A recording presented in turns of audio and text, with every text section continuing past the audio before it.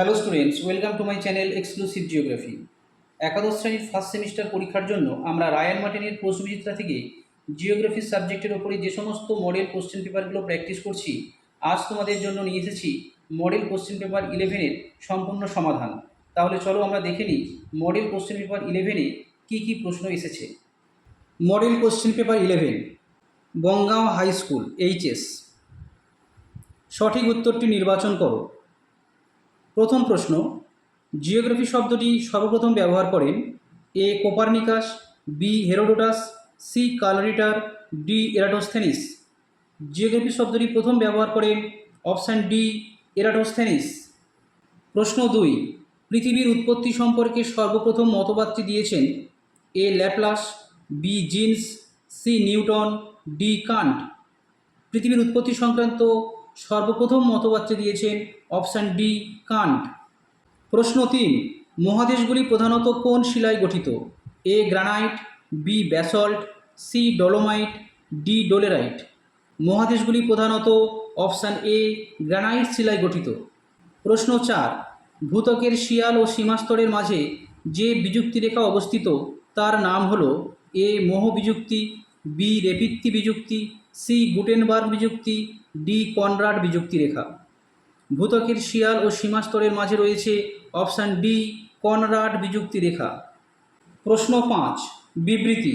কেন্দ্রমণ্ডলকে নিফে বলা হয় কারণ আবর্তন ও মাধ্যাকর্ষণ শক্তির টানে নিকেল, লোহা প্রভৃতি কেন্দ্রমণ্ডলে অবস্থান করে। বিবৃতি ও কারণ বিবেচনা করে সঠিক উত্তরটি নির্বাচন করো। তাহলে এখানে বিবৃতি এবং কারণে যে বক্তব্য তুলে ধরা হয়েছে সেটিকে যদি আমরা বিচার বিশ্লেষণ করি তাহলে দেখব যে কেন্দ্রমণ্ডলকে নিফে বলা হয়, এটি সঠিক, এবং আবর্তন ও মাধ্যাকর্ষণ শক্তির টানে নিকেল এবং লোহা কেন্দ্রমণ্ডলে অবস্থান করছে, এটিও সঠিক, এবং এই অবস্থানের কারণেই কেন্দ্রমণ্ডলকে নিফে বলা হয়, অর্থাৎ কারণ বিবৃতিকে ব্যাখ্যা করছে। তাহলে এখানে সঠিক উত্তর হবে অপশান এ। এ ও আর দুটি সঠিক এবং আর এ এর সঠিক ব্যাখ্যা। প্রশ্ন 6, ভূমধ্যসাগরের আলোকস্তম্ভ নামে পরিচিত যে আগ্নেয়গিরি তা হল A Hawaii, B Fujiyama, C Stromboli, D Vesuvius. ভূমধ্যসাগরের আলোকস্তম্ভ বলা হয় অপশান সি স্ট্রম্বোলি আগ্নেয়গিরিকে। প্রশ্ন 7, আগ্নেয়গিরির অংশগুলিকে ভূ অভ্যন্তর থেকে ভূপৃষ্ঠের ওপর পর্যন্ত সঠিক ক্রমে সাজাও। 1 আগ্নেয় নল, 2 ম্যাগমা প্রকোষ্ঠ, 3 জ্বালামুখ, 4 গৌণ জ্বালামুখ। আগ্নেয়গিরির অংশগুলিকে ভূ অভ্যন্তর থেকে ভূপৃষ্ঠের ওপর পর্যন্ত ক্রমানুযায়ী সাজালে প্রথমে আসবে ম্যাগমা প্রকোষ্ঠ, তার উপরে থাকবে আগ্নেয় নল, তার উপরে থাকবে জ্বালামুখ, এবং জ্বালামুখের উপরে থাকবে গৌণ জ্বালামুখ। তাহলে এখানে সঠিক অ্যান্সার হবে অপশান সি, ম্যাগমা প্রকোষ্ঠ, আগ্নেয় নল, জ্বালামুখ এবং সেখান থেকে গৌণ জ্বালামুখ। প্রশ্ন 8, ভূমিকম্পের এস তরঙ্গ এ কেবল কঠিন মাধ্যম, বি কেবল তরল মাধ্যম, সি কেবল গ্যাসীয় মাধ্যম, ডি সবকটি মাধ্যম অতিক্রম করে। ভূমিকম্পের এস তরঙ্গ অপশান এ কেবল কঠিন মাধ্যমের মধ্য দিয়ে যাতায়াত করতে পারে। প্রশ্ন 9, পৃথিবীর সর্বাধিক ভূমিকম্প প্রবণ দেশ হল A Mexico, B Canada, C Japan, D Indonesia. পৃথিবীর সর্বাধিক ভূমিকম্প প্রবণ দেশ হল অপশান সি জাপান। প্রশ্ন 10, সু কথার অর্থ হল 1 পোতাশ্রয়, 2 ঢেউ, 3 বন্দর, 4 তরঙ্গ।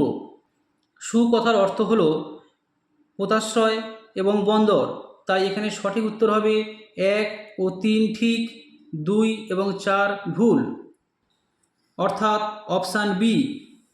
প্রশ্ন 11, আরোহণ ও অবরোহণ প্রক্রিয়ার সম্মিলিত ফল হল এ পর্যায়ন, বি ক্ষয়ীভবন, সি নগ্নীভবন, ডি পুঞ্জিত ক্ষয়। আরোহণ ও অবরোহণ প্রক্রিয়ার সম্মিলিত ফল হল অপশান এ পর্যায়ন। প্রশ্ন 12, রিয়া ও প্রিয়া মাঠে খেলতে খেলতে হঠাৎ আকাশে তাদের চোখ পড়ল। তারা দেখল অনেক উঁচু দিয়ে একটা জেট প্লেন আকাশের এক ধার থেকে অন্য ধারে চলে গেল।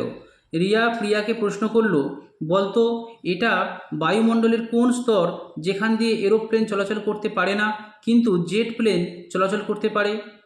Option A troposphere, B stratosphere, C mesosphere, D thermosphere. বায়ুমণ্ডলের অপশান বি স্ট্র্যাটোস্ফিয়ার স্তর থেকে জেট প্লেন চলাচল করতে পারে। প্রশ্ন 13, বায়ুমণ্ডলে কার্বন ডাইঅক্সাইডের পরিমাণ হল এ 3.3%, বি 0.3%, সি 0.033%, ডি 1.03%। বায়ুমণ্ডলে কার্বন ডাইঅক্সাইড বা CO2 গ্যাসের পরিমাণ হল অপশান সি 0.033%। প্রশ্ন 14, বায়ুমণ্ডলের কোন স্তরে ওজোন গ্যাসের ঘনত্ব গড়ে 300 Dobson? A troposphere, B stratosphere, C stratopause, D mesopause. বায়ুমণ্ডলের অপশান বি স্ট্র্যাটোস্ফিয়ার স্তরে ওজোন গ্যাসের ঘনত্ব 300 ডপসন। প্রশ্ন 15, ওজোন স্তর ধ্বংসকারী একটি গ্যাস হলো dash? A CFC, B CO2, C N2, D S2। Ozone স্তর ধ্বংসকারী একটি গ্যাস হলো অপশান এ CFC। প্রশ্ন 16, আঞ্চলিক ভূগোলের স্রষ্টা বলা হয়? A Humboldt, B Carl Ritter, C Strabo, D Davis. আঞ্চলিক ভূগোলের স্রষ্টা বলা হয় অপশান বি কার্ল রিটারকে। প্রশ্ন 17, প্রদত্ত যেটি মানবীয় ভূগোলের শাখা নয় তা হল? এ ঐতিহাসিক ভূগোল, বি পরিবেশ ভূগোল, সি সাংস্কৃতিক ভূগোল, ডি রাজনৈতিক ভূগোল। মানবীয় ভূগোলের শাখা নয়, অপশান বি পরিবেশ ভূগোল। প্রশ্ন 18, শিল্পক্ষেত্রে যুক্ত কর্মীদের বলা হয়? A red collar, B white collar, C pink collar, D blue collar workers. শিল্পক্ষেত্রে নিযুক্ত কর্মীদের বলা হয় option D blue collar workers. প্রশ্ন 19, আউটসোর্সিং যে অর্থনৈতিক কাজের সঙ্গে সম্পর্কিত তা হল?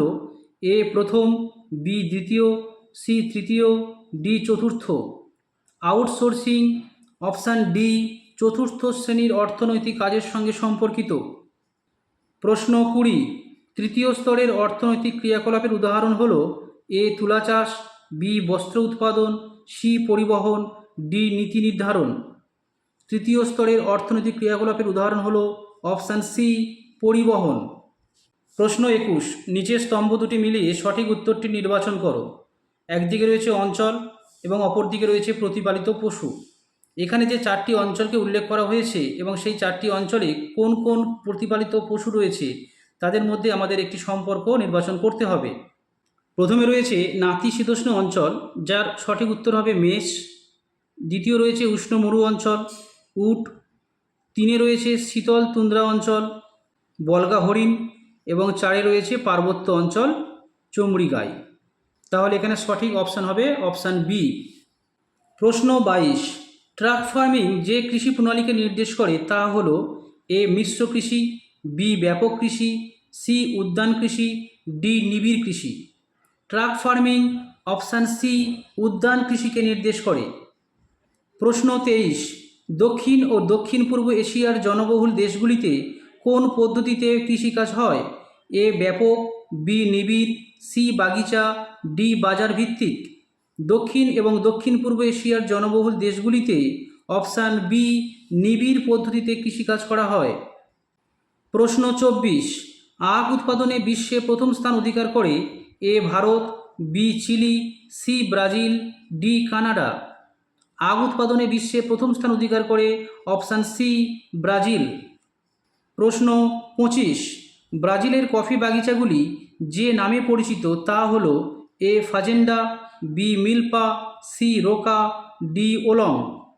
ব্রাজিলের কফি বাগিচাগুলিকে অপশান এ ফাজেন্ডা বলা হয়। প্রশ্ন 26, ভিয়েতনামের প্রাচীনতম কফি উৎপাদক অঞ্চল হল? এ মধ্যভাগের উচ্চভূমি অঞ্চল, বি উত্তর পশ্চিম অঞ্চল, সি কোয়াংত্রি অঞ্চল, ডি সাও পাওলো।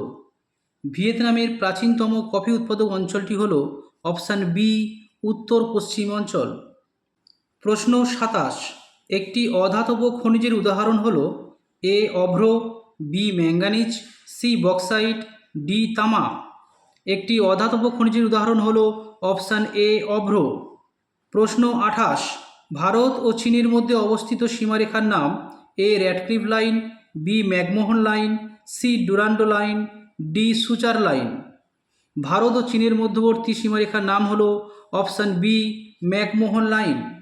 প্রশ্ন 29, প্রদত্ত চিত্রে চিহ্নিত অংশগুলি হলো, দেখো এখানে একটি চিত্র দেওয়া রয়েছে যেখানে 1 2 3 4 চারটে নাম্বারিং করা রয়েছে এবং এই চারটে নাম্বারিংকে আমাদের আইডেন্টিফাই করতে হবে যে কোনটিকে কোন অঞ্চল বলা হয়।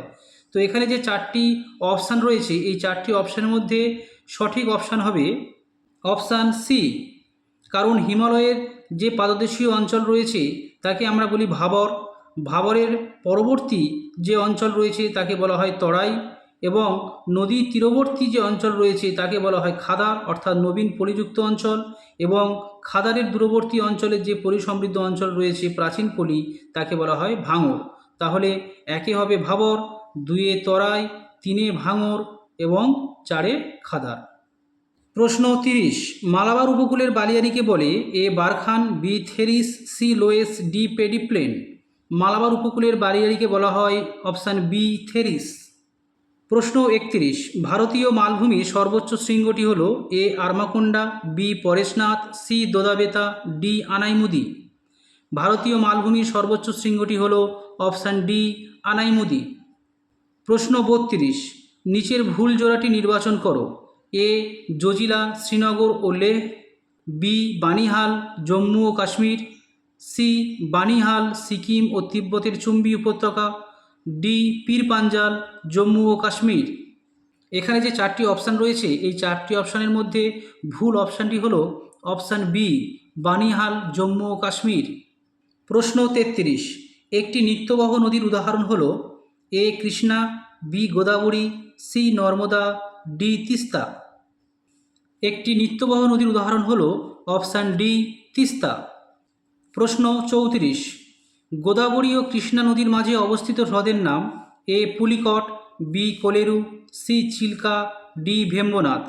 গোদাবরী ও কৃষ্ণা নদীর মাঝে অবস্থিত হ্রদের নাম অপশান বি কোলেরু। শেষ প্রশ্ন 35, অন্ধ্রপ্রদেশ ও কর্ণাটক রাজ্যের মধ্যে যে নদী নিয়ে জল বিবাদ রয়েছে তা হলো A Krishna, B Godavari, C Tungabhadra, D Narmada. Andhra Pradesh ও কর্ণাটক রাজ্যের মধ্যে অপশান সি তুঙ্গভদ্রা নদীর জল নিয়ে বিবাদ রয়েছে। তাহলে আজ আমরা মডেল কোশ্চেন পেপার 11 নিয়ে তোমাদের সাথে আলোচনা করলাম। পরবর্তী ভিডিওতে পরবর্তী মডেল সেট 12 নিয়ে তোমাদের সাথে আলোচনা করব।